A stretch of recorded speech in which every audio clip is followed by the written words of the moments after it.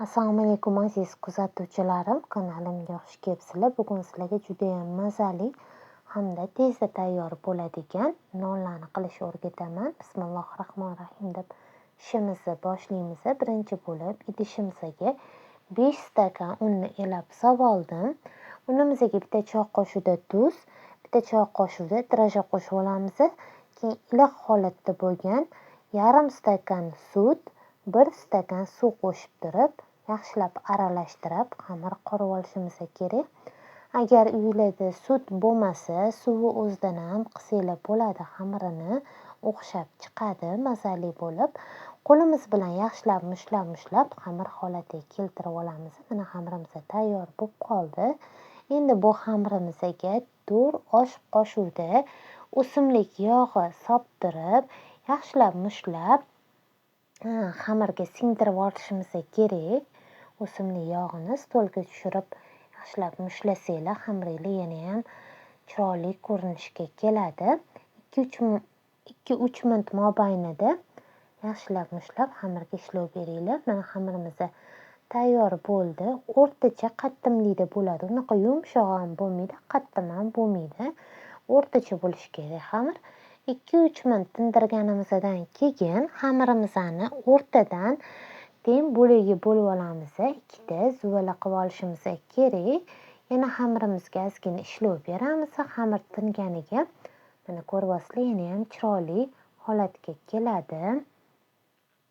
Qancha ko'p tindirib xamirga mushlab ishlov bersanglar, xamiringiz yana ham chiroyli bo'lib, chiroyli yoyiladi.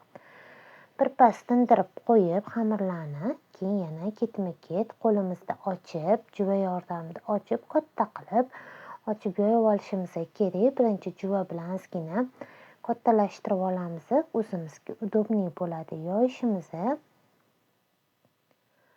Ozgina ustiga un sepib turib, ingichkara o'qiluvimiz bo'lsa, shunaqa o'qiluvlarda yoyib, kattaroq shakl beramiz. Unaqa yupqa qilib tashlamaymiz. Sal qalinroq bo'ladi. Katta qilib ochib olasizlar. Shunaqa ingichka o'qiluvda ochsanglar, unlab juda ham tez ochiladi xamiringiz. Mana xamirimiz ham tayyor bo'lib qoldi. Katta qilib ochib oldik. Endi xamirimizni 3 ta bo'lakka bo'lib olishimiz kerak. Aziz kuzatuvchilarim, videoni oxirigacha ko'rib, meni qo'llab turishingizni so'rab qolardim. Kanalimning rivoji uchun videolarimni oxirigacha ko'rishingizni iltimos qilib qolardim. Xamirni ko'rdinglar, 3 ta bo'lakka bo'lib oldik. O'rtada kattaroq bo'ladi. O'rtadagi bo'lagi ikkita cheti bir xil bo'ladi, razmeri bo'lganinglarda.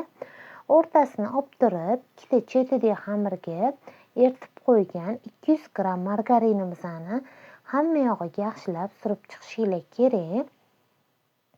200 gram, 150 gram atrofida margarin ishlatamiz. Men Milter margarinni kiloligini ishlatyapman. Ko'pchilik so'raydi, qanaqa margarin ishlatdingiz deb. Maselka, Milter margarinlarini ishlatsanglar bo'ladi. Faqat bu margarinlarni foizi balandrog'ini olishimiz kerak. O'shanda xamirlarimiz yana ham slayonniy bo'lib, qumir-qumir bo'lib chiqadi. Foizi balandrog'ini olishni maslahat berardim. Xohlagan nachinkalardan foydalansanglar bo'ladi. Men uyda ko'klarim bor edi. Piyoz bilan ko'klarni to'g'rab oldim. Ozginagina go'sht solib oldim. Keyin o'rtasidan bo'lib turib qiymani ham solib hamma yog'iga taqsimlab chiqasizlar videoda ko'rsatilgandek. Keyin qo'linglar bilan xuddi somsa o'ragandek o'rab olamiz. Ketma-ketlikda birinchi xamirni o'rab olamiz. Keyin tayyor bo'lgan xamirimizni ikkinchi xamir ustiga qo'yib turib, yana o'rashda davom etamiz. Unaqa qiyin emas, oson, tez tayyor bo'ladi.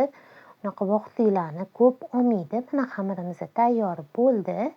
Endi bu xamir chetga olib turib, o'rtasida olib qo'ygan kattaroq xamirimizni ochib olamiz. Bu xamirimizni ham ustiga eritib qo'ygan margarinlarimizni yaxshilab hamma yog'iga tekkizib surib olishimiz kerak. Mana shu o'rtadagi xamiri sal kattaroq bo'lishi kerak. O'rayotgan xamirimizdan razmeri katta bo'lishi kerak. O'rtaga qo'yib turib, buni yana o'rab chiqamiz. o'rtadagi xamirga qiyma surishinglar shart emas. Qo'limiz bilan ozgina ochib o'rab olishimiz kerak. Keyin mana shu chet tarafini yaxshilab qo'linglar bilan yopib olishinglar kerak, qiymasi chiqib ketmasligi uchun. Keyin qo'limiz bilan bosib, mana nonga o'xshatib shunaqa shakl berib olamiz. Xamirimizni idishga solib, xolodilnikka olib qo'yamiz. Ikkinchi xamirimizni ham mana ochib oldik. O'rtadagi xamirni olib qo'ydik. Ikkita chetdagi xamirga qiyma solib turib, o'rab chiqamiz. Qiyma solishdan oldin margarin surib olishimiz kerak. Birinchisiga o'raysizlar, keyin ikkinchisini ustiga qo'yib, ikkinchisiga o'raladi. O'rtadagi xamirni yana qo'yib turib, hamma yog'iga yaxshilab margarin surib, tayyor bo'lib o'rab qo'ygan xamirimizni joylashtirib, buni ham o'rab chiqamiz. Unaqa qiyin emas. Osongina birpasda tayyor bo'ladi. Eng muhimi juda ham mazali bo'lib chiqadi. Xohlasanglar qiymali nachinka ham qilsanglar bo'ladi. Ichidagi qiymasi xohishinglarga ko'ra, agar ko'kli bo'lmasa yoki qiymanglar bo'lmasa, kartoshkadan pyure qilib turib ham, kachkali pyure solsanglar ham mazasi yana ham mazali bo'lib chiqadi. Uylarda bor narsaga qarab qilishga harakat qilinglar, oila a'zolaringlarni xursand qilinglar. Endi tayyor bo'lgan xamirimizni ikkinchisini xolodilnikka qo'yib turib, birinchisini olib olamiz. Uni ham juva yordamida mana shunaqa kattaroq ko'rinishda ochib olasizlar. Keyin listimizga joylashtiramiz. Listga joylashdan oldin kalka qog'oz solib olishimiz kerak. Tayyorlab qo'ygan tuxumimizni hamma yog'iga yaxshilab surib chiqamiz. Shu tuxumni boshida xamirga oqini solib, sarig'ini ustiga olib qo'ysanglar ham bo'ladi. Keyin oxirida xohishga ko'ra vilka yordamida shunaqa chizib chiqsanglar ham bo'ladi. Ko'rinishi yana ham chiroyli chiqishi uchun. Agar tuxumni sarig'ini surmoqchi bo'lsanglar ustiga, sarig'ini o'ziga 2 qoshiq sut solib olishimiz kerak. 200 gradusda 35 minut oralig'ida pishirib olamiz. Qaranglar, ranglarini juda ham chiroyli bo'lib chiqadi, yumshoq bo'ladi.